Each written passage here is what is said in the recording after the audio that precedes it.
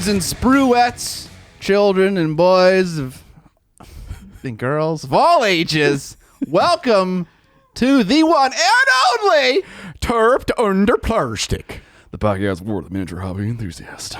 Bow Saw is ready. I'm Scott. Joining me today is my co-host Johnson. Bonesaw. Bonesaw. You get the reference? Yeah, Spider-Man. Yeah, he got one. I do know some movies. It only took about 14 months of podcast, but we got a reference. Yes. Up in this biz. All right, John. How you doing today? I'm doing pretty good. I think I'm doing a little bit more wakey wake than you are. Yeah. I played a lot of video games last night and did not go to bed at a reasonable hour. And yeah, my speech is a little slurred right now. We got the Dr. Pepper out in the morning to get a little bit of caffeine jet boosters going. Yeah, you get caffeine. Yeah. You get the tup juice going. yeah. The hype is going. Juice.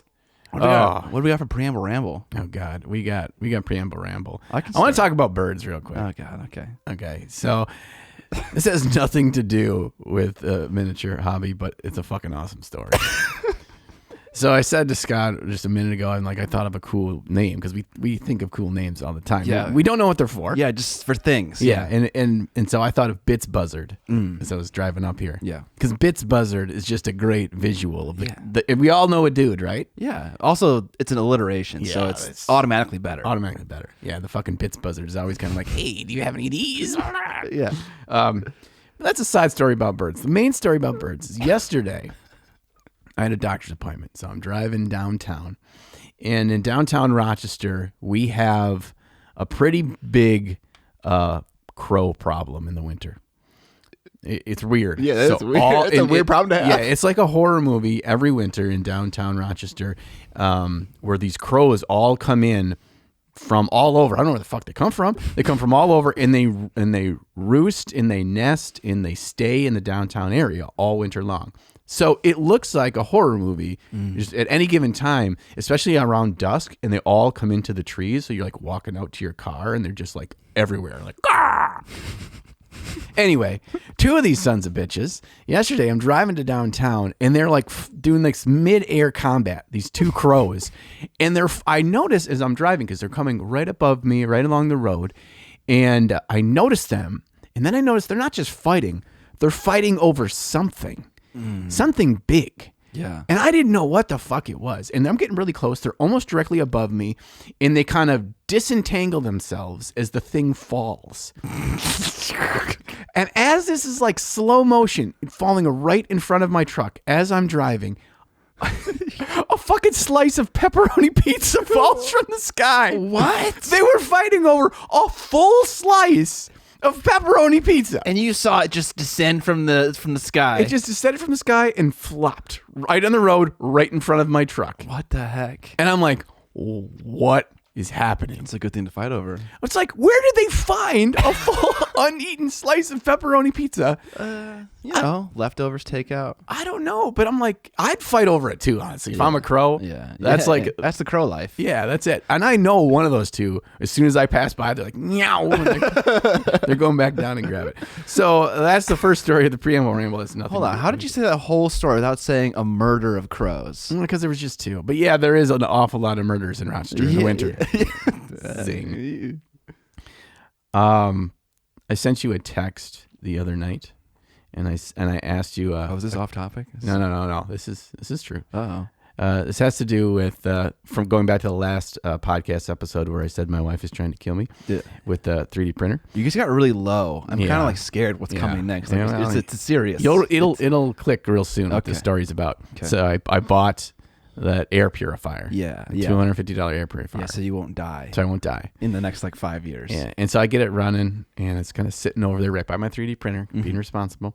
And I had this thought came to my head the other night, and I immediately sent you the text. Because on the air purifier, it's got this little cool blue light. Oh, gosh. And if the blue light goes purple, that means your air quality is compromised, and it's going to work harder. Right, yeah. And so I asked you, have you ever really wanted to drop a big fart right next to the air purifier and see if it changed it to toxic levels? And my answer was no. I'm a normal person. Have you tried recently? No, I haven't had a good fart yet. Oh, okay. But it'll happen. Can you just tell when it's brewing inside of you if it's like toxic? Yeah. Like this is gonna poison someone. Yeah. It's like it's a warmth and it's just almost like this feeling of I don't feel so good. Yeah, but okay, it goes so it's quickly. concern if it's poo poo. Yeah. Okay, yeah. How hilarious would it be if you just shat in your air purifier? Explain that one to the wife. Honey, this one's broken. For science. This one's broken. We need a new one. Okay, Preamble Ramble from me. I played a game of Age of Sigmar. I can definitely see how you would like that game if you played it a lot.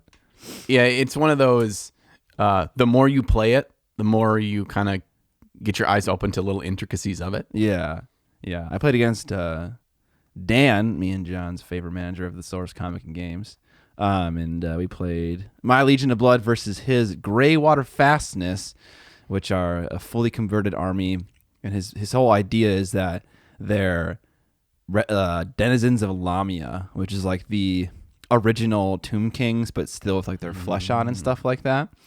Or Nakara. I can't remember the name of the place where they come from. But yeah, so like they're all Egyptian and like still humanoid and stuff like that and have skin on their bones. But they're Greywater Fastness. So lots of shooting, lots of artillery, getting to shoot twice in the first turn. But it was good. I ended up pulling a W. Pulling a W. Some fucking how. Yeah. Felt good. The best part is this entire game was done with the play-by-play over our group chat. Oh yeah, it was like Vince. Okay, this happened. Not tell me what to do. Not tell me what to do. Yeah, definitely. We got to live it. Yeah, right through you. Well, that's good. You got a battle report. You got a full real-time battle report. Real time. Okay, top of turn 2. Here's what's happened. We were pretty nervous. Okay, hold on. Can I know Dan's gonna listen to this. He's gonna feel cheated. That was not okay. I told Vince he's playing Greywater Fastness. What do I gotta know? He told me about the 2 shooting in the beginning. Mm-hmm. He told me some other things, but then once the game started, it was fucking me and Dan. Yeah, all the way down. Gloves are off. Gloves are off. Yeah. No, there wasn't any like micromanaging going on. It was the kinds of information that is very important as a player, just like from Guild Ball, knowing what your team does really well. Yeah. Should influence how you approach the game. Yeah, yeah. Yeah, and so you don't just kind of like bring everybody up, and so with turn 1 he can just double shoot down your throat kind of thing. Yeah, yeah. I only gave him one target to shoot with that, and it was one of the Vampire Lords and Zombie Dragons. And he actually managed to get a first turn charge off with no magical spells cast on him, and he took down some people with him. Yeah. So that was good that he got to do something before just getting blown off the table. Yeah. Yeah, you got to get to bring those whiteys down with you. They're Egyptians. I don't know if they're whiteys. Well, Like when I primer? think cities of Sigmar and all the box art and everything is always just like a white dude with a feathery hat. Yeah, a Germanic white dude. Yeah. Okay. But yeah, that was fun. Had a lot of fun. Dan messaged me after that and he was like, we should play more so we can both get better at it because both of us don't really know the rules that well. We're not very good at the game. And I was like, yeah, let's do that. It's good. It's always good to get reps in, and it's even better when getting those reps in equals a victory. Hell yeah, brother. I got another Preamble Ramble topic here. In last week's episode of Paint Bravely, the podcast. Oh, yeah, I listened to this. Fucking Goobs McGooberson called us out. When he's like, in our last episode, we were kind of fighting over Dark Eldar, both playing Dark Eldar, getting dibs on Dark Eldar. And he says he's had dibs for far longer. He has. And he has. Okay, yeah. Yes, you are right, Goobs. I don't have any old Dark Eldar models. So he got there first. So fine. Take them. But I said I'd sumo wrestle them. Him for dibs. And Yeah. I don't know if he said yes or no yet, so we'll have to see about that. Yeah. No, I'm willing. On the flip side of the Goobs story, I'm okay with Goobs calling us out there because Goobs helped me out recently. Oh, yeah? Yeah, I made a big jam boo-boo with my 3D printer. Okay. I kind of broke it. Oh, no. I mean, I didn't break it. I broke a very important part. So in your resin tub or whatever. Oh, you broke the PETG, didn't you? The FEP. Oh, shit. Sorry, FEP. I'm a dumbass. That. I fucked up a print. My own fault. Very obvious screw up. When the build plate, the last time I used it, when I put it back in, I didn't tighten it. So the build plate, when I started the next print, it was going up and down. And as it hit the resin, it would shift. And so I paused the print, tightened it, crossed my fingers, started the print again. Yeah. When the print was all done, I come in the next morning and the build plate's all the way up and there's nothing on it. The first couple layers when that thing wasn't seated correctly, it basically cured the resin to the FEP. And so I'm like, well, I can try to fix this. I can try to scrape it off and pop it off. Yeah. But you need something pretty sharp to do that. And in doing that, I cut right through the shit. Yeah. So he gave me the heads up on where to get this stuff wholesale from like a manufacturer, the FEP. Oh, didn't the one you got didn't come with extra FEPs? Oh. No, I mean, there's a good chance it did, and I didn't. Oh, okay. And I threw it away. The one that they sent me came with one extra one, and I also had to replace it as well, and I just used that one. But where'd you find yours? It's a manufacturing company, and I can't remember what it's called. I can get you the link, and we can put it in the description below. But for the cost of one replacement FEP sheet of the correct size, I got a 3 foot by 3 foot roll. Oh, nice. For the same cost. And the shipping was ridiculous. I ordered it on like a Tuesday morning, and it was there Thursday morning at my doorstep. Dang. Like, what the hell? Okay. So Goobs helped me out there, and he sent me the link to the video that Anycubic put out on how to replace it, and it's clutch. With the bottle cap? With the bottle cap, dude. Yeah. Mind blown. Yeah. And it worked perfectly. Yeah. It took a long time because there's 70,000 screws in that thing. Oh my gosh, so many screws. Yeah. It's nuts. Yeah. But it worked. I did a print sense, and it came out perfectly. So nice. So you can have your Del Galdar, Goobs, because I got a new army. And I spent all my monies. Yeah. Okay. I ordered all my stuff. This is the big enchilada of the Preamble Ramble. Yeah, this is it. And this is with a little bit of a sad heart, because a sad heart. In the last episode I talked a lot about orcs, and I got so many awesome people reaching out to me and fucking making me lists and like showing how to make an awesome orc list that isn't a buttload of bodies and it looks like a ton of fun. Oh no, John. Unfortunately, I already went full ball sack. Say it ain't so. On Night Lords. And Night Lords Space Marines? Evil vampire Space Marines. Okay, fine. So fine.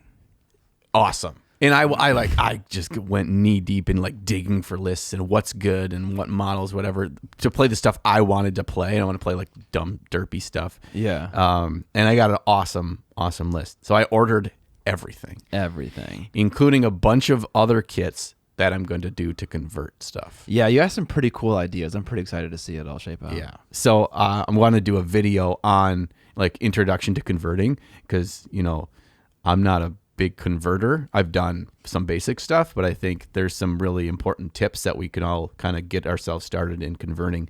And so I want to do a video on me converting a big thing for this army. Okay, Dreadnought? No, I know what it is. You know what it is? Is it a surprise? No, I'll say what unit I'm converting. It's a Defiler, because that is the ugliest freaking crab robot thing with just a random dude's head or chest coming out of the robot in the middle. I thought it was a Helldrake that you were gonna do. I also have 2 Helldrakes in the list. Woo! And I bought a Flesh Eater Court Start Collecting box because I'm gonna make actual vampire dragon Helldrakes. Yes. So that's another one.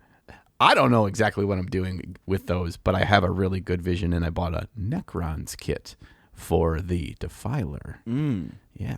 Okay, I have no idea where that's going, and I saw what you bought, so I'm excited to see that. Yeah. So that's cool. It. We're gonna get in 4A. Another awesome watcher sent me so kindly, and he had an extra 9th edition core rulebook, and he just sent that over to me. So I've been reading up the rules. Have you? And these rules are awfully familiar because they're Age of Sigmar in space. I knew the 8th edition rules, so knowing 8th and then reading 9th and knowing Age of Sigmar, they just have Age of Sigmar modified this game. Okay, but it's not like there is like a weird thing for points, isn't there? What do you mean for points? It's like power steps or power. Oh, power level. That's like their narrative version. It's it's a 2,000 point army. Okay. Their command point system is a little bit different. You get a bunch more, and then like armies have their own ways to use command points, like they always have. But yeah, like starting the game, my army's got 12 command points. Okay. And it's a very CP heavy army. I got a lot of really awesome vampire things I can do. Ooh. Like I can fucking Hold on. In terms of lore here, they're not actually vampires. Like blood angels are actually vampires that actually drink blood. Yeah, but I am making my own lore. That's fine. Okay, cool. That's fine. People have described them as like Batman before, like vigilante. Oh.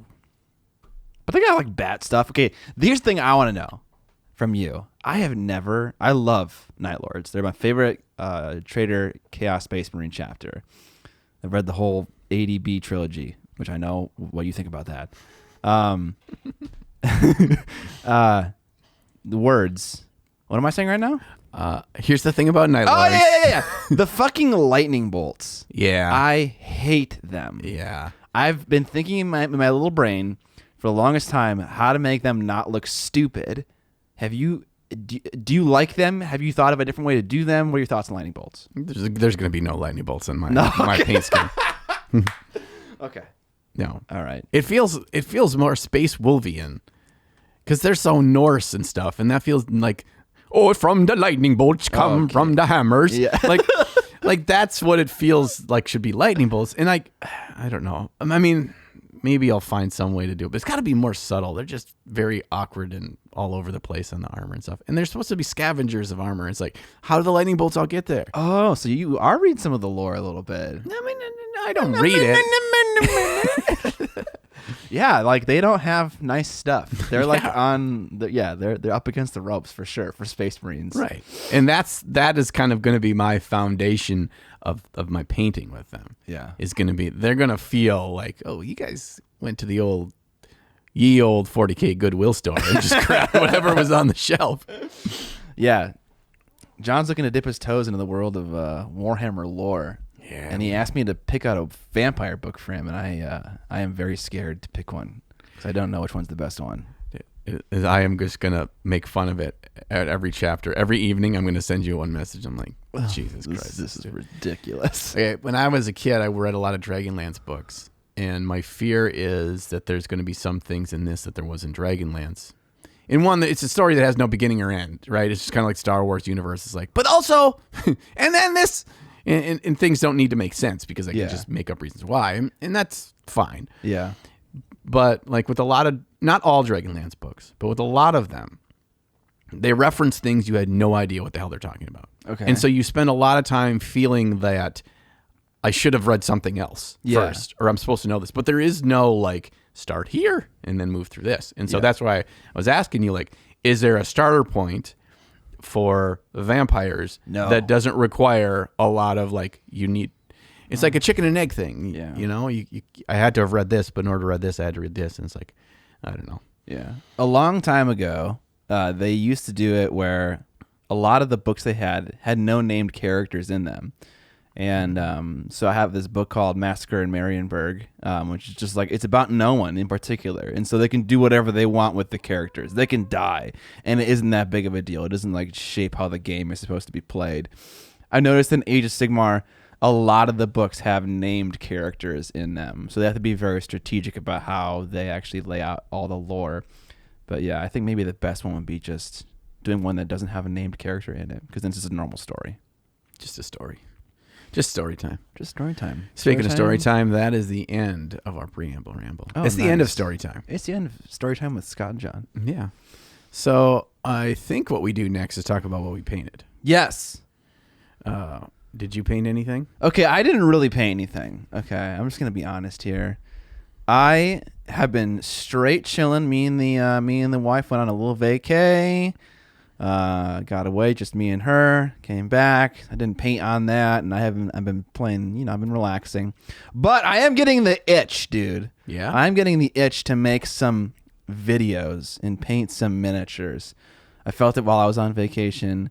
I'm very excited. So I got the itch. I did technically paint after recording the last podcast. I finished up Conrad von Carsten, which is interesting because I just also, while on vacation, finished the book that is mostly about Conrad von Carsten.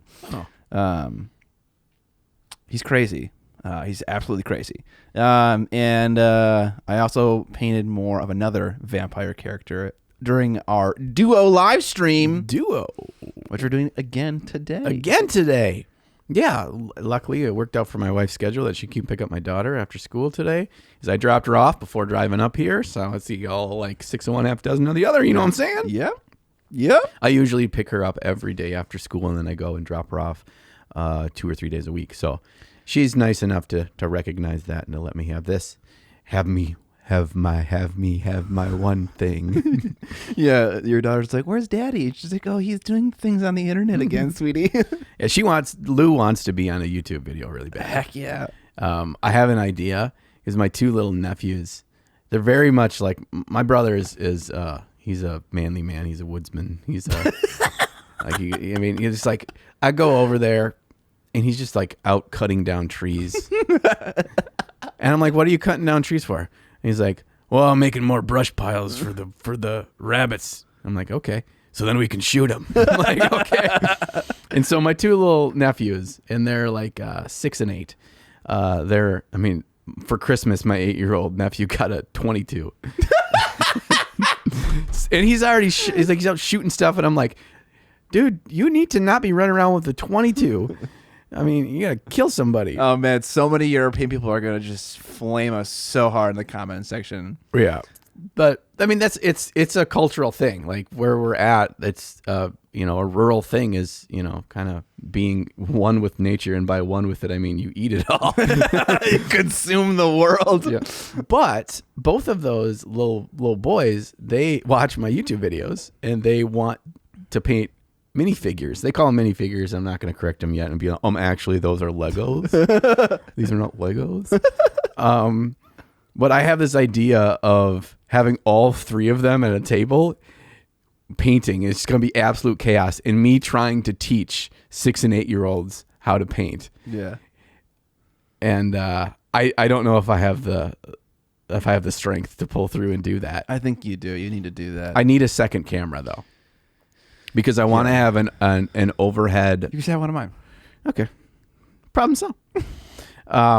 Yeah, because I think I need to. Because like there is no like multiple takes for this. It's one long shot of us just doing it. Yeah. And until their attention span wears out. But yeah. Right. My daughter's already painted a bunch of miniatures, so she's gonna look like the pro amongst them. Heck yeah, dude. But it'll be funny. I got some cool little like chibi D&D characters. I probably have them paint.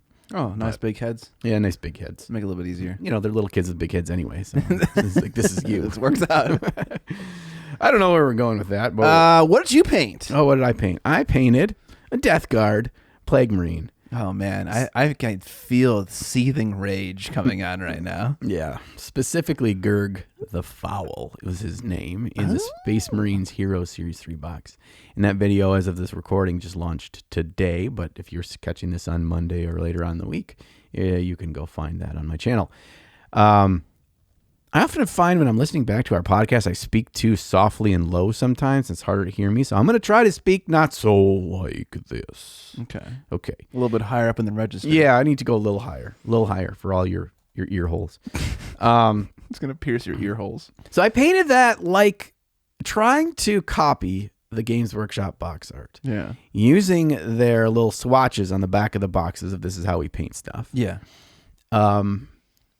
That was a frustrating endeavor, and I think I texted our group text a number of times. At least 3 times. Oh, how pissed I was of how much time this was taking. Yeah. Short story, watch the video for the full story. They are liars. They are liars. But you knew that going in. I knew going in. Yeah. And I had my kind of plan of attack because I think I know how they actually do it. But what are they liars about? Be specific. They're not liars about the actual colors on the back of the box. In fact, you're with the base color, the shade, their highlight color, and then their edge highlight. So typically every material has 4 paints you're using.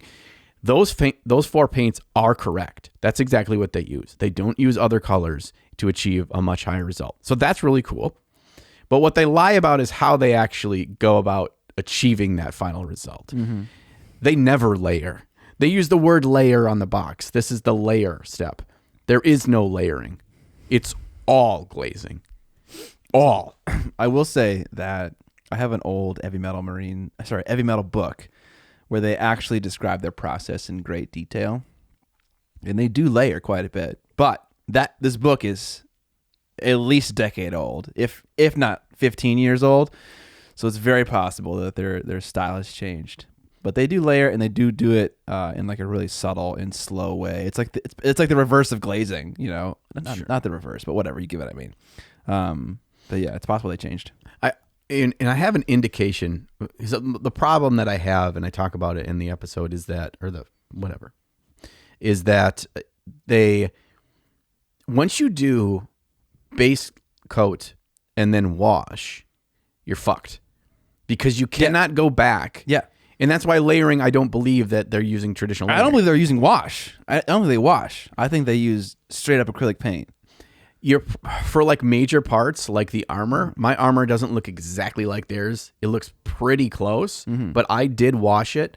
But if you didn't wash it, you would have more ability to actually do the layering and then kind of glazing between the layers to kind of even them out. But at the end of the day, it's kind of the same result, right? Whether I'm doing 8 layers of glaze or 1 layer of layer and then 4 layers of glaze after that to smooth the transition. It's kind of the same. Yeah. Why are you fucked as soon as you wash the model?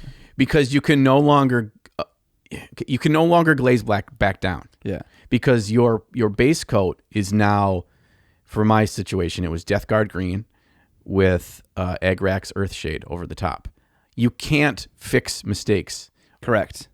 It is that color. Yep, it's a new color now. It is green tinted with brown. Yeah. It's no longer just green. And you can't like mix Agrax and Death Guard green to make it that color either. Like you can, but you're not going to get it exactly. No, it's not gonna look right. You're gonna screw the whole thing up. And it's the other big issue I have with this style is that it is so counterproductive for a style that's being advertised as the way for new painters to paint. Because it is so unforgiving of mistakes. Yeah, it really is. It's a lot of back and forth. Yep. And if you screw up and you get some paint over that base coat plus wash, there is no way to fix it. You can go back and touch it up with your base color and then put a little wash on top of that, and then you get coffee stains. You know, or you can just put the base color back on, and it's obvious, sticks out like a sore thumb that it doesn't have the wash like the stuff next to it. Like it's just not helpful. And so in the video, I go into if I had my own way to tweak the Games Workshop approach for new painters, what would that be? And I'm not gonna spoil that now because I want you to go watch the video. Sure, yeah. But I have a slight tweak that I think would be much more helpful, and it's an easy step-by-step process. And I think overall it's a better approach. It wouldn't give you the exact same final product, but it would be pretty close to what theirs look like. Yeah, that's cool. Some colors are easier to do than other colors. Yeah. I've discovered. I think the best one I ever did was the Blood Angel Marine. The red really worked nicely with the whole edge highlighting and recess shading. One of the hardest ones to do was white and yellow. Yeah. But yeah, like when I did, they have little pink nurglings on his base. He's got one on his shoulder and one on the base. Yeah, it's a cool model. And they're not painted like the typical green nurglings. They're painted like a really bright, almost pink skin tone. Yeah. And you're going up to like a Pallid Witch flesh, which is almost pure white. In glazing or building up slowly of colors that are so light is fucking hard. To make that super super slow, and to try to not have it be grainy. It's rough, but the more saturated your color is, the easier it is to pull off that method. So like if you did like the true Ultramarines blue, so much easier than trying to pull off a yellow or a white, like you said. That's what I painted. You got it done. I got it done. It looks fantastic. Good job. Yeah, I think it felt pretty cool. Now, I know it doesn't look exactly like theirs, but at the end, when I pulled up, I've got a big old PNG of theirs zoomed in, and I have mine right next to it. It's pretty close.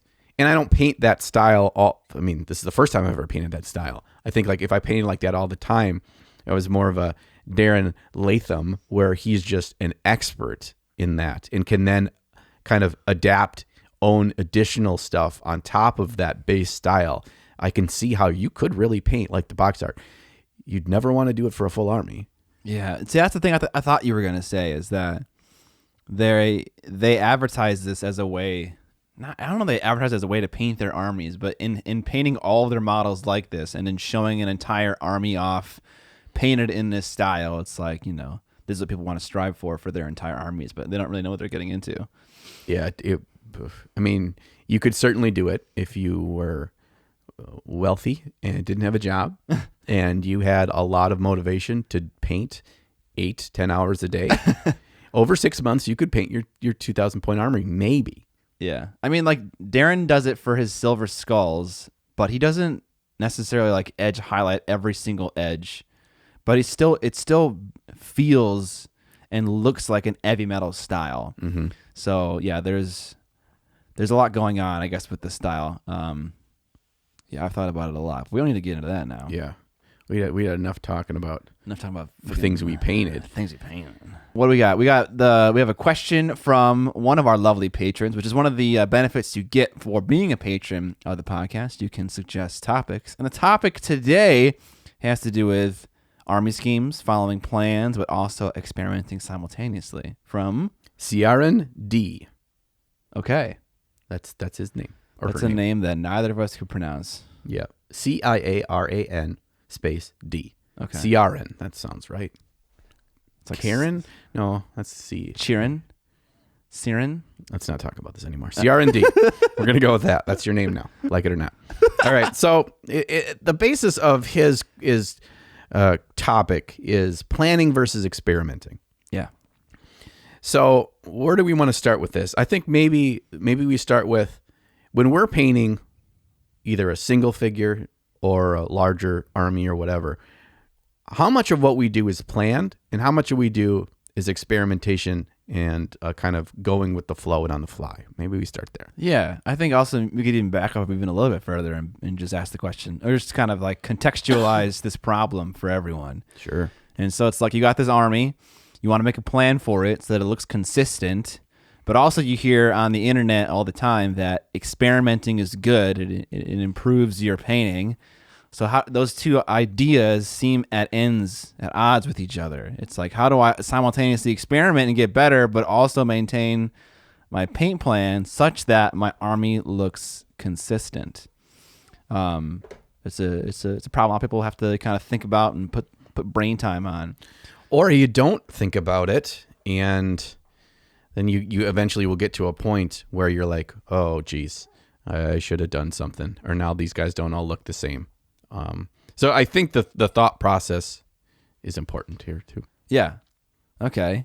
So I think you and I might have different answers to this question. And I don't really know where to start without just kind of like giving away the whole shebang right away. But obviously planning is important. And I'd be curious how many of our viewers paint their entire army in one shot. What do you think? Not very many. I don't think that's normal, right, to do that. No. So you might have a plan for your army where you paint 1 or 2 units or a unit and a character, and then decide that you don't necessarily like what your plan is looking like, and you might modify it for a future unit, and it might look slightly different. Would that stress you out, you think? Yeah. It would? Yeah, it would stress me out. Okay. I'm a little bit more kind of, I don't know, anal retentive on that. I need to know that when they're all on the table together, they're going to all look like they belong together and they all look uniform. Yeah. But there's a fallacy in that, I've found. Yeah. Maybe. When you put them all together and they're all painted, if they're not all exactly alike, they will still feel like they belong together because they'll be pretty close. Yeah.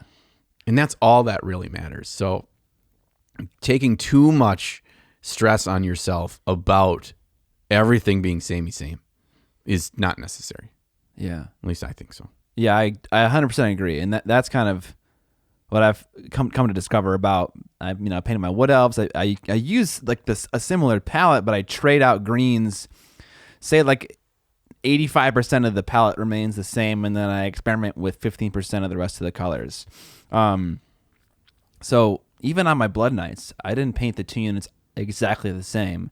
And I'm really curious what they're going to look like when I finally matte varnish the second one, because it still has a gloss coat on it from the washing stage.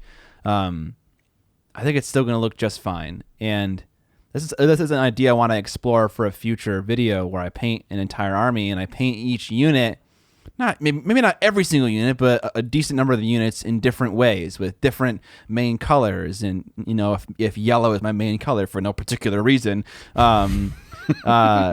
if I use different yellows, even I got a golden yellow, I got a mustard yellow, I got a neon yellow. Like, what happens? Is the army still going to look cohesive? And I feel like the answer to the question is yes.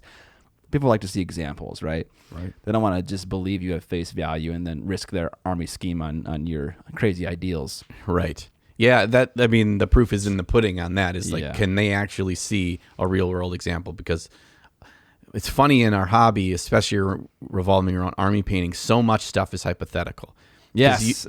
Because you don't know. It's like, well, not all of us are Vinci V that have like 18 fully painted armies. So we haven't gone through the motions enough times to have our own real world experience, or even have somebody close to us that's like, I've done this, this, and this, and this. See, here's how it looks. This is how it is. Yeah. So it's all in your head.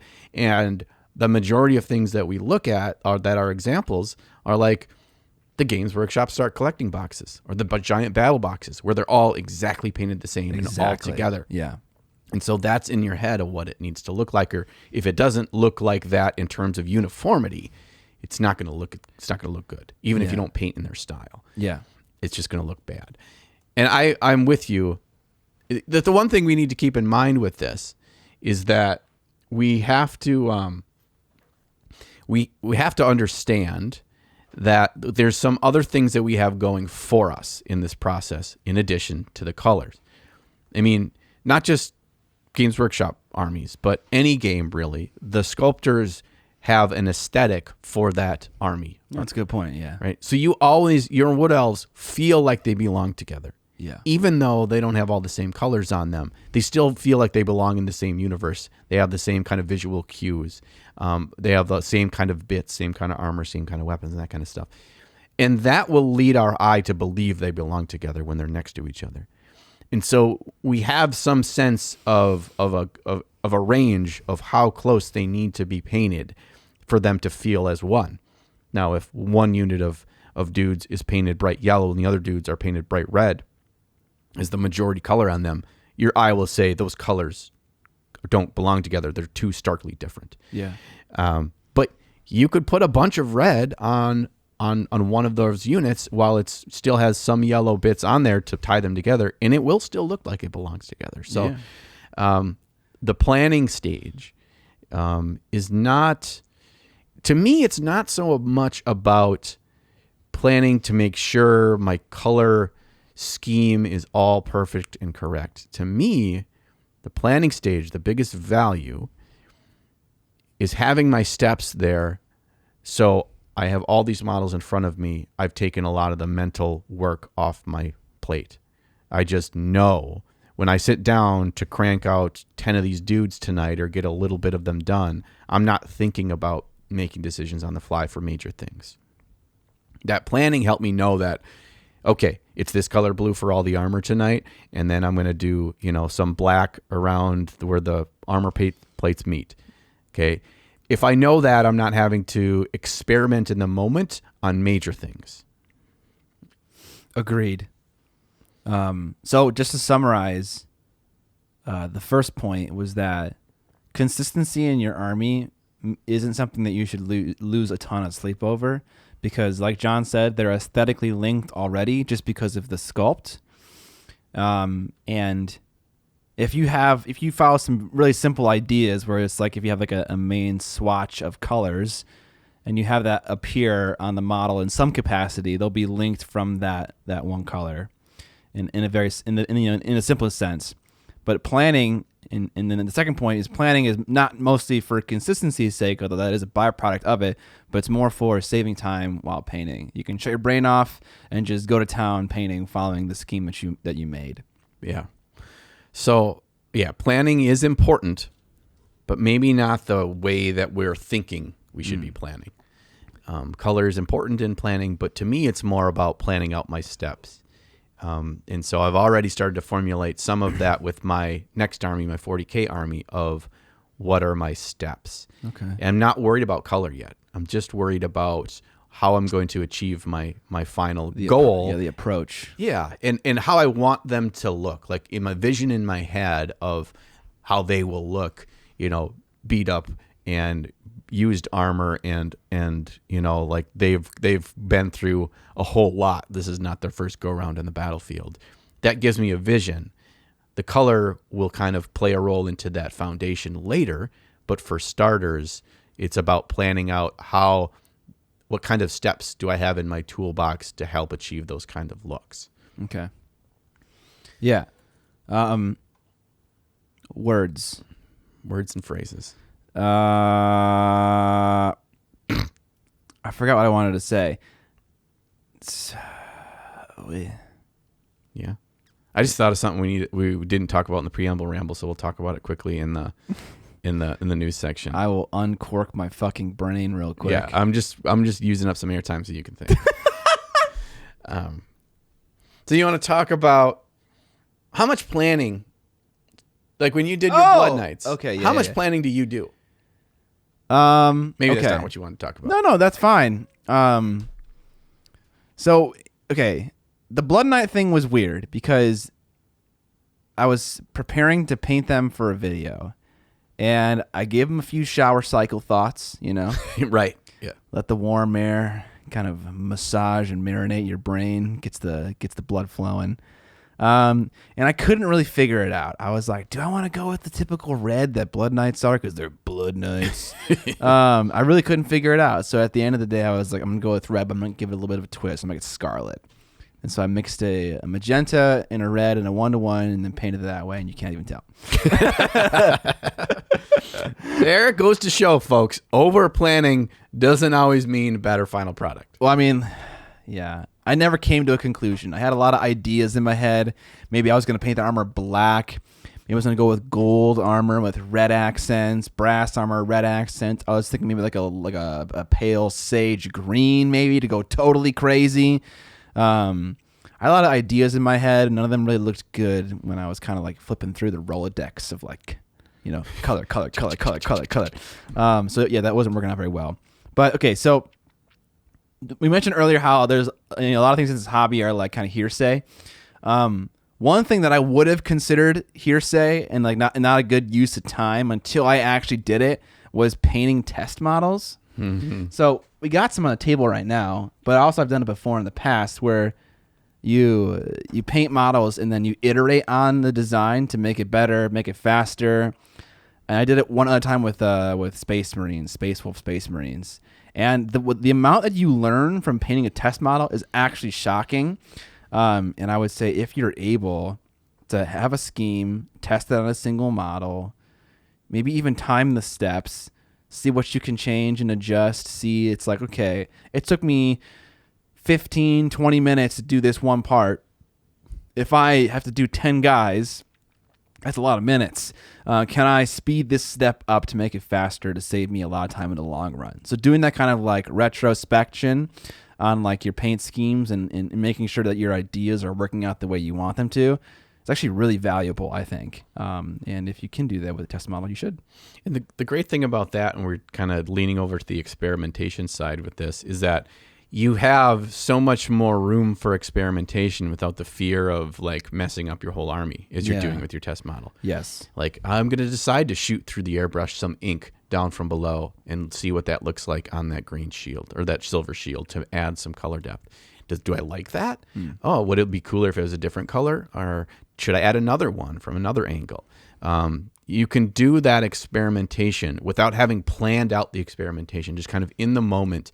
I want to mess with something and try a new approach on it. And if I really like how it turned out, then it becomes part of the plan. Then it becomes a step.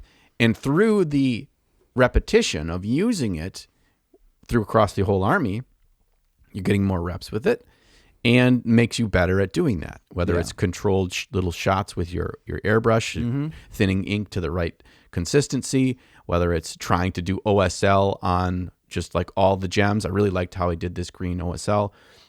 Like that's how it came to pass on my my OBR army that I did in that video. In my test model, I got it done, and there wasn't a nice little interesting pop feature to the models. Like they just kind of felt like skeletons. They looked pretty cool, but there's nothing really that caught my eye at 5 feet away. And so that's where I decided I'm going to experiment. I'm going to put a nice thick coat of white over this gem, and I'm going to shoot it with that neon green fluo paint through an airbrush. And boom, suddenly there was a little pop of interest that grabbed your attention. And after that experimentation, it became easy to then implement that as kind of a final step across all models. Each model's got some bit. Characters have a larger section of glowing things. So you draw more eyes to the characters. And then all the little foot troops, they just have some little bits of it. So it brings them all together, but it draws the eye. It was an experimentation, and it worked. There was experimentation I did on a test model that I didn't like how it turned out. Mm-hmm.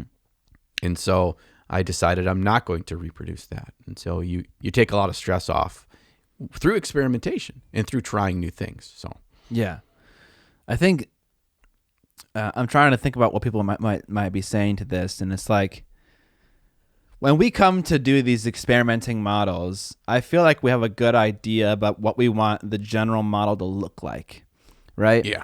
So I'm not still deciding if I want this to be red or blue or green. It's like, okay, I know I want it to be silver. Okay, Mm-hmm. I know I want the army to be silver.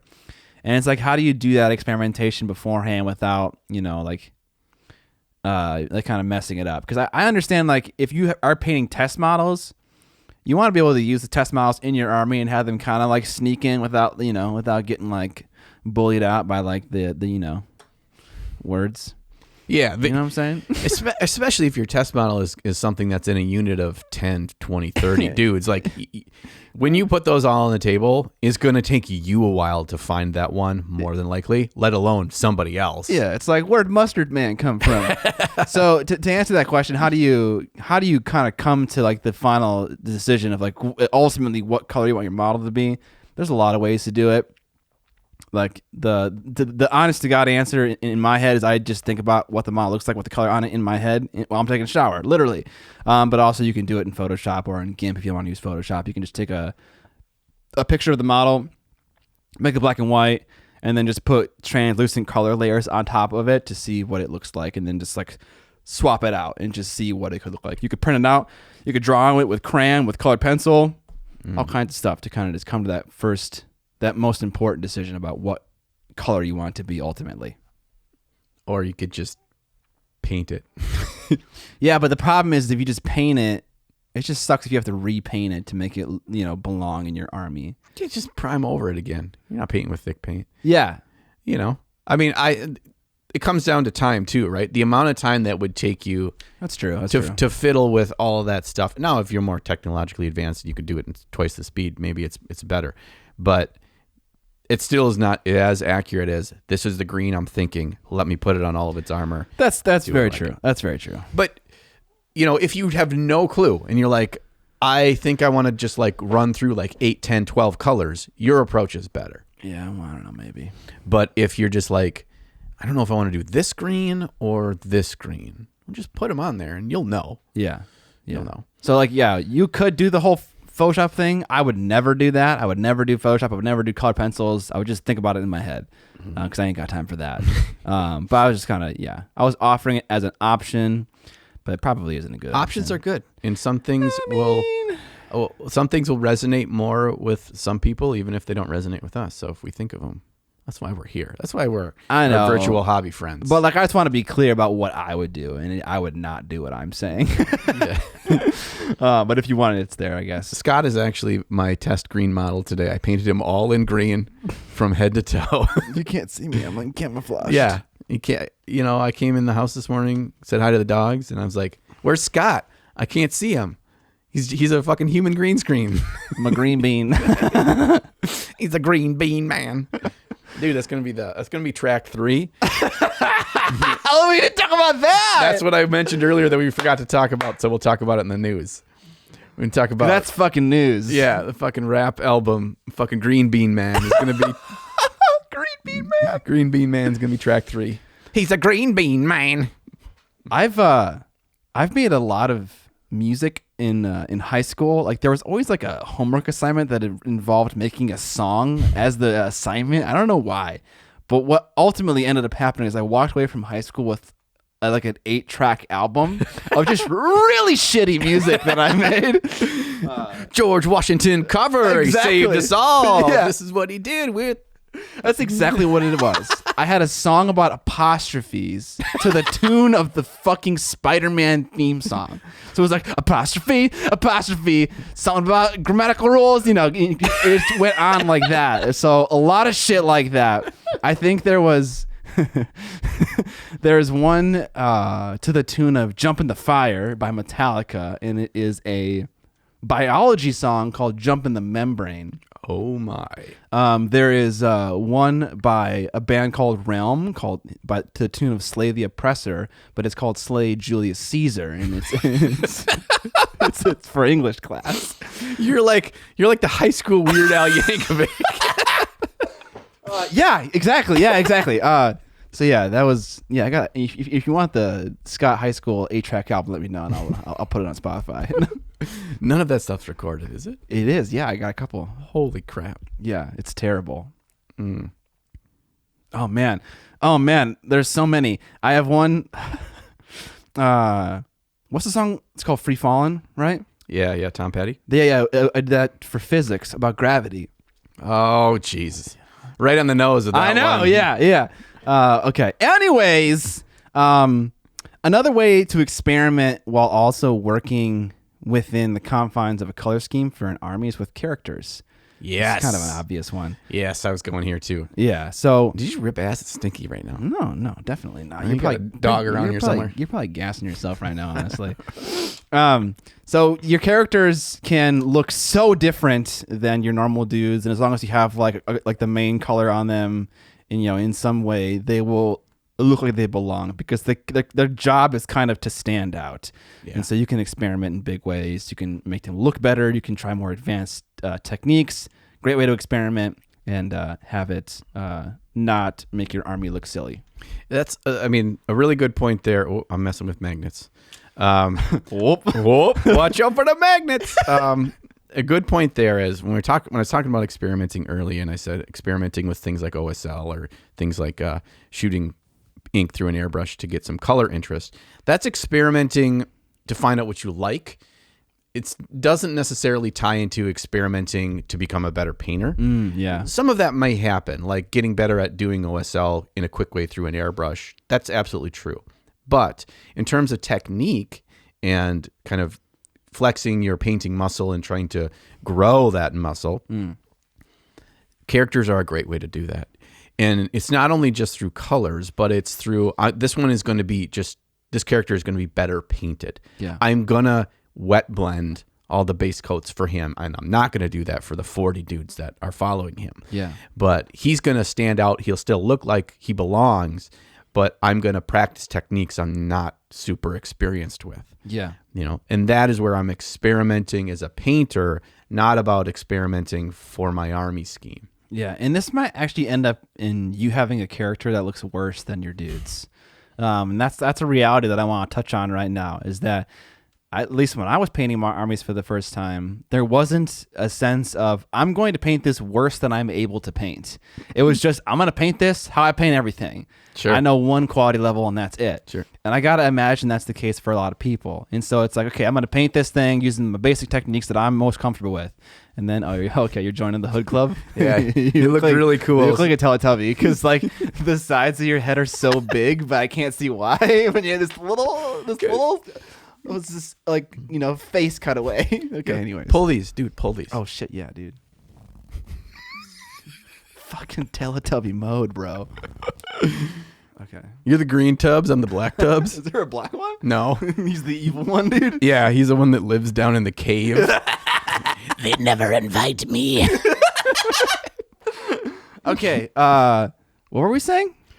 Doesn't matter. Your characters can sometimes look worse than your other dudes. Yeah.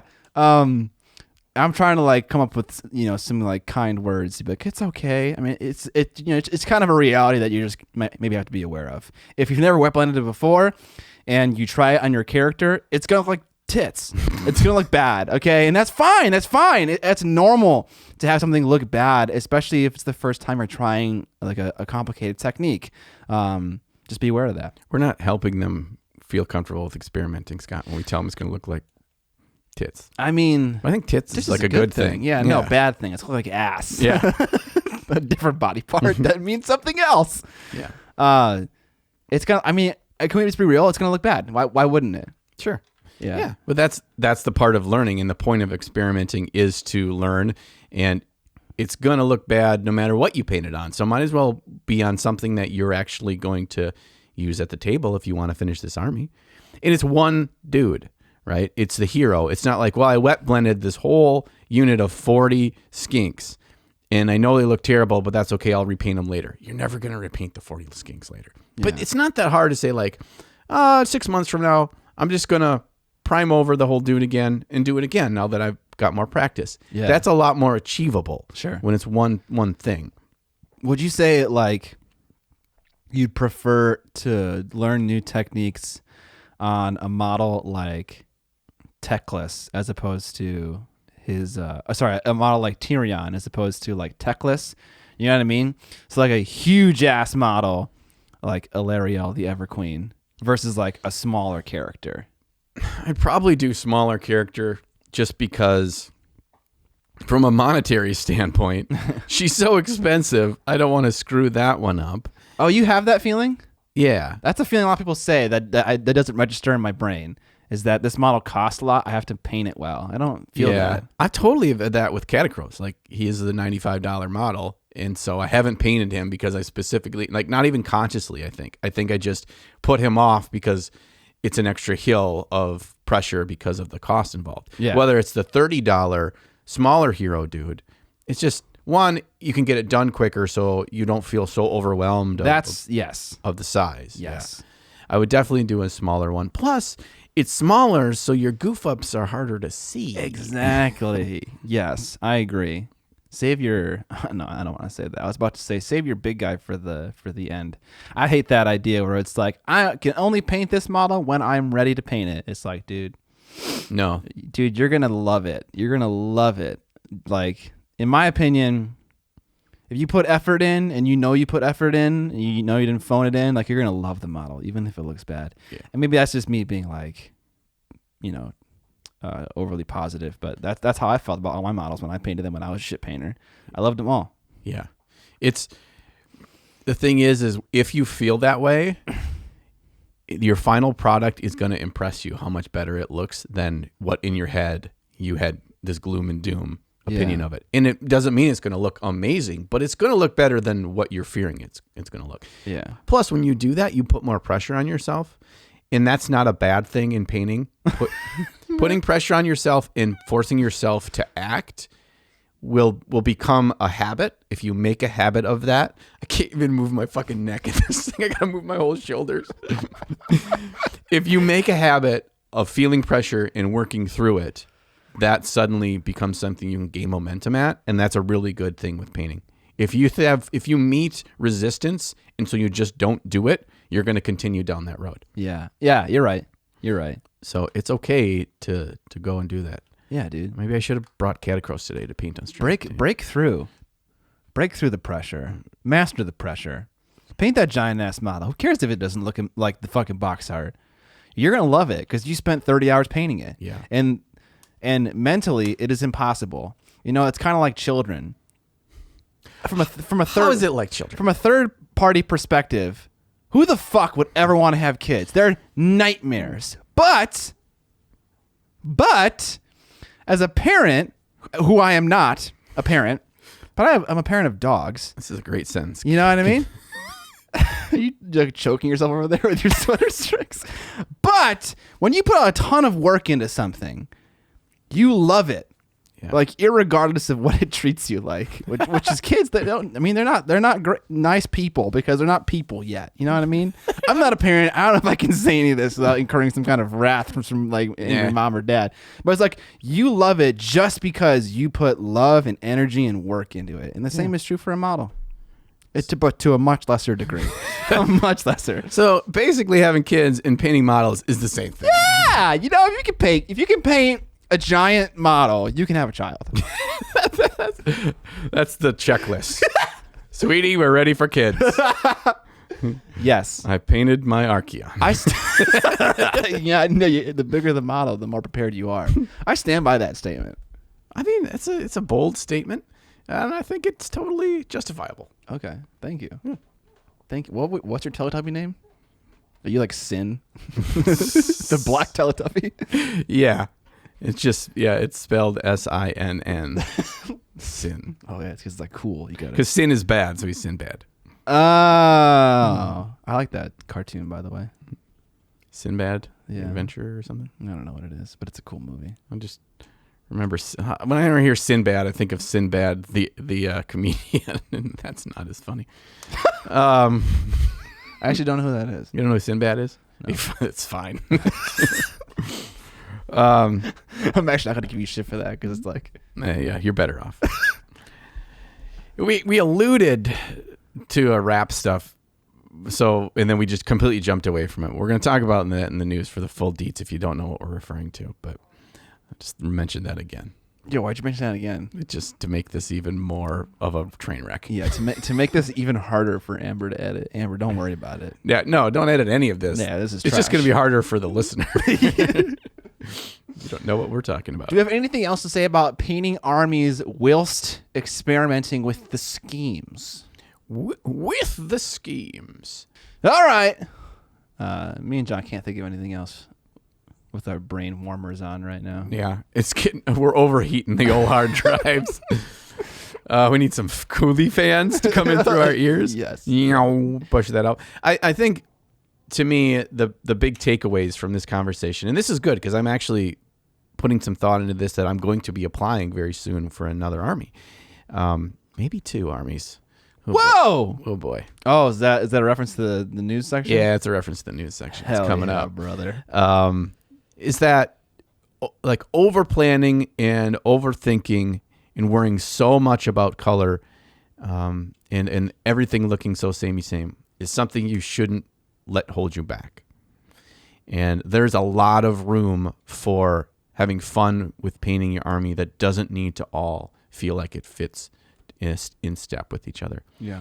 You know, I think that's the biggest takeaway is experiment while you're painting, and it'll happen more naturally. As long as I know that I have a basic direction with my plan, that keeps me going. To me, the whole point of a plan is to keep me on track. And to keep me on track means I get this stuff painted. Whatever deadline you set for yourself. And you should, because that'll hold you to consistency.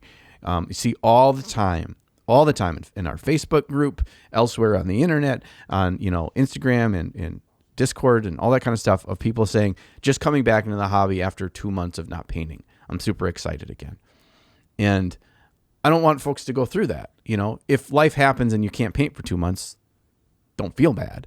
But having some kind of commitment to yourself, and an army is a great way to hold yourself accountable because you can see in the end of the rainbow what that cool final product will be. Will help you from falling off the wagon. We need y'all on this wagon, right? We need a weighty wagon. Yeah. We're going to go along a really steep mountain cliff, right? Yeah. And for us to not all fall off the cliff into oblivion, we need a lot of weight to keep it grounded. Yeah, I don't want to die of mumps. Yeah. Mumps. Measles.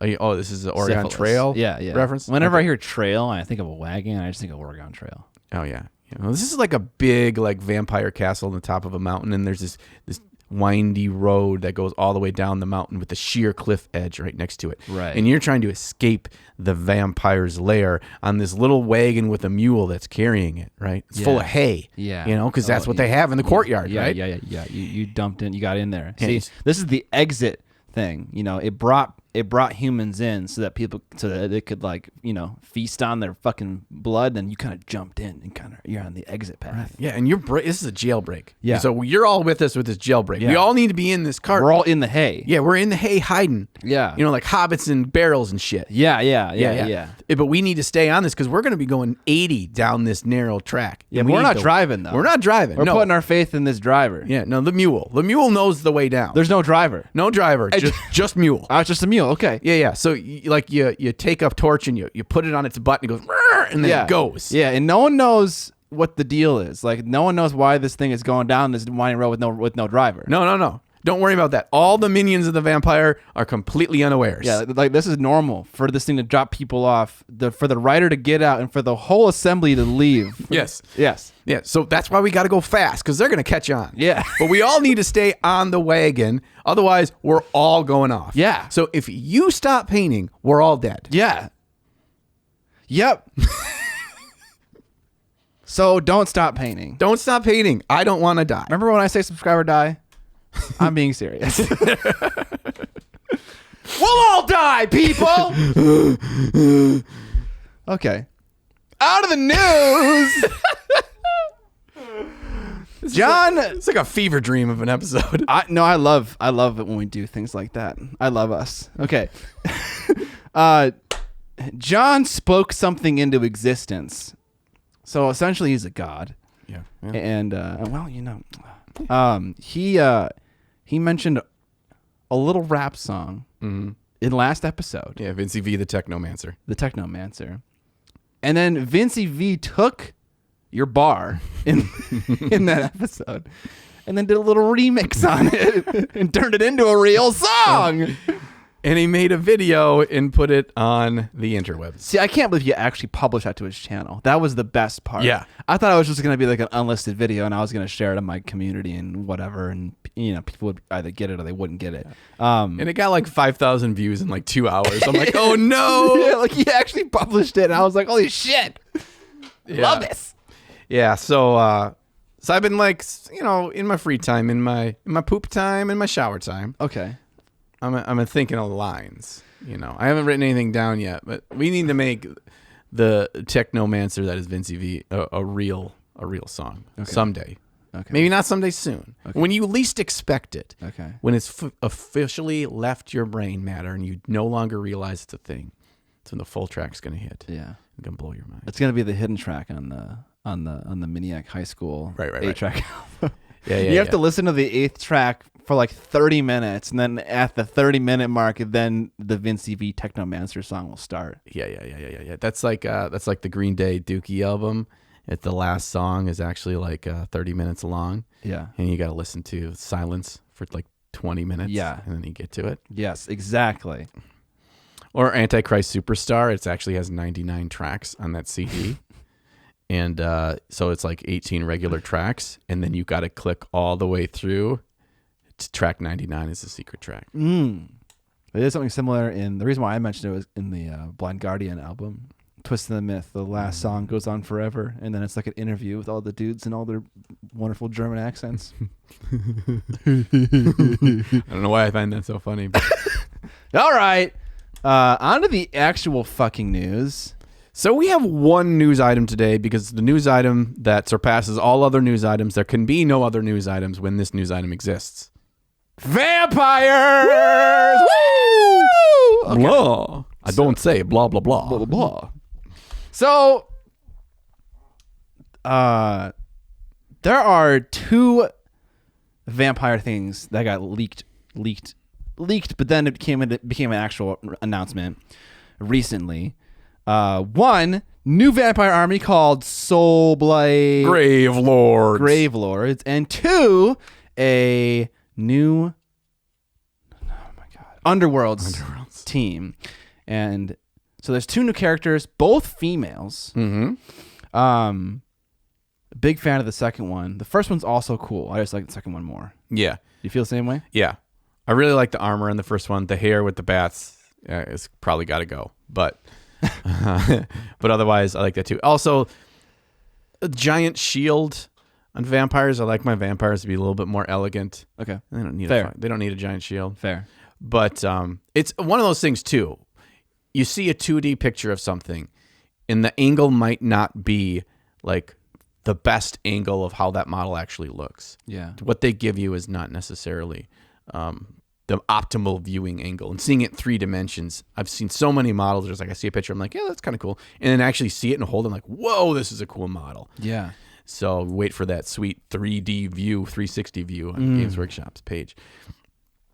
So this is being recorded on Friday. Tomorrow morning is the big Games Workshop reveal. Yes. And I have a feeling we're going to see more, hopefully a lot more. Yes. Not all of it, though. Not all of it. But my reasoning behind thinking there's going to be a lot more, and I don't want to spend very much time in speculation because by the time you see this, you will have known if you care, is that from a marketing perspective, you don't show the full ball sack up front. Like, you don't show us 2 models, and then tomorrow the reveal is that, Soulblight Gravelords are coming. They just show that same model, and they say, and we're getting the new Underworld's vampire team, and they show the full vampire team. Yeah, that'd be sad. That's not you have to have a teaser or a carrot, but it has to be the payoff has to be there too. The only way that I could see that outcome happening for tomorrow would be if they truly didn't have control over the fact that someone leaked the Lumineth and the first vampire. That really was not something they had planned for, and that was what they were going to show. But I am so highly suspect for how consistently these leaks happen with potato picks of stuff that then comes right out. I mean, conspiracy theory, they have full control over the stuff that comes out to build their own hype. I don't know if they have somebody that That's an interesting idea. Yeah, that either they're purposely themselves putting it out, or more than that, it's like, here, send this to somebody and be like, hey, if this makes its way out on Tuesday this week, it's not the end of the world. Like, it's building their own hype train. They are nothing but profiting from this stuff coming out. And it always comes out at a very specific time. We don't get these potato picks 3 months before a reveal. Conveniently, it's the same week as the reveal. How does that happen? Yeah, and also it's like the article is like prepared with like a potato and like a lens attached to it for that article. Yeah. Interesting. I never really gave it that much thought, but you might be onto something there. It's happened like a half a dozen times or more that this exact thing has happened with blurry pics right before a reveal, and they that builds the hype, and it doesn't make it feel like they're the ones that are always pushing things in a kind of a systematic way to get bad taste in people's mouths. Yeah. People think that you're seeing something you're not supposed to see. Yeah. And it just makes it all the more enticing. It's like, oh, look at this thing. I can't even really tell where the face is, but it's going to be awesome. Yeah. No, I didn't know what the face was until we actually saw a real picture on that first vampire. Yep. I got a lot of questions about like what my opinions were of it, and I assume you got a lot too, both being big vampire lovers. And I'm kind of reserving my opinion until I see the whole thing. I think that's really going to reveal itself when we see the whole army. But obviously, I like it. It's a GW vampire, and that's like really my first exposure to vampires. Well, it wasn't, but my first long-term, real big exposure to vampires was in Games Workshop lore. So I'm excited to see it. There's a 99.9% chance I'm going to buy this army. So, I mean, like, unless something terrible happens. Like, it's kind of the new iteration, the new rules for the army you have, too. Yeah. That's the thing to keep in mind. Yeah. And, man, I swear to fucking God, if they make a new kit for Blood Knights, I already complained about this to you, but, like, that kit is, like, I don't know, it's like 18 years old. It's like 15 to 18 years old, somewhere in there. I made 10 conversions less than a year ago. If we get a fucking new Blood Knight kit, I'm gonna be so sad and happy at the same time. It's gonna be the weirdest feeling ever. Right. I think both of us are kind of like Nostradamus in this. Yours is a little bit more of a slow burn, and mine was a very immediate repercussion for my actions. So yours was, you did a thing because you really wanted to play this army for a long time, and there was no vision of the future where it was going to be redone. Yeah, it was like, I was like, they're never gonna do vampires because like vampires are too generic in fantasy. Yeah. But they're also freaking loved. So they were like, yeah, well, we like money. So, so you did that slow burn. And then my connection to this was the day that I spent a buttload of money on making that giant order for all of my 40K army. That later that morning, Seriously? this announced. Oh my gosh. That first vampire dropped. Oh my gosh. So it's like Games Workshop's like, hey, I see you like spending a whole bunch of money this morning. Let's just double down. I'm going to be broke. That's so unfortunate. Also, you have like a full OBR, full Night Hunt army because you're trying to scratch that death itch, but then the real thing comes along. The real thing that I've always wanted and then wouldn't have to like settle for other things. I do think, as the word Grave Lord is implied, that you're going to be able to play skeleton warriors. You can be able to play zombies, dire wolves, or whatever. Yeah. I really hope we get a new zombie kit because those zombies are so fucking old and derpy as hell. Yeah. And I mean, back when I started Age of Sigmar was shortly after the box set for 8th edition came out, or right when that came out. 8th edition 40K, and I probably have like 80 Poxwalkers, and I converted Poxwalkers, we took all their guns and stuff out and made them look like zombies because I wanted cool zombies. I would love freaking awesome vampires with a couple awesome elite things and then just 80 zombies. Good luck, bro. Good luck, bro. I'm just going to swarm the board, and you're going to kill them, and they're going to keep coming back. Dude, yes. I assume we're gonna get a Blood Knight kit. I assume that it's gonna be a dual kit, meaning you can make 2 different units from it. Oh, so like 2 different types of mounted vampire cavalry. But I would cream if there was another vampire unit, like a foot soldier kind of thing. Yeah. Like I would love that. Dude, I cannot wait. I'm gonna buy the shit out of these models, even if they look like trash. Max Falai, I don't know how his last name is pronounced, but he's the guy who's overlooking the creation of this new vampire army. And he messaged me asking me what I thought, and then he kind of alluded to Saturday. So I'm gonna live stream my reaction to what's being shown. I'm pretty sure they're gonna show more Gravelord stuff, not just the Underworld stuff, but not all of the Gravelord stuff. That was the impression I got from Max. Can you do it dressed as a Teletubby again? Yeah. Oh, I should dress as like Dracula, or like Nosferatu. Get like a little bald cap on. And like cast some shadows. Do you have vampire fangs? I don't actually. I have a set. I have like movie prop vampire fangs. Like when I was like in my early 20s, I bought them. They were like a lot of money. Yeah. Like, do they fit onto your teeth? Yeah, they're caps. Yeah. They're like $150. Did you get them fit to your teeth or no? But there was a variety of sizes, and they had you like measure. Okay. And they did that. So yeah, nice. they're just like nice stick up there. So yeah, I have to do that. Yeah, I've watched some videos about how to make some fake vampire teeth. Oh, is it tissue paper and paper mache? No, using like food safe mold making material so that you can get like the imprint of your teeth. Oh. And then fit teeth that like actually fit on top of them to make them like long and pointy and they look like they're actually a part of your teeth.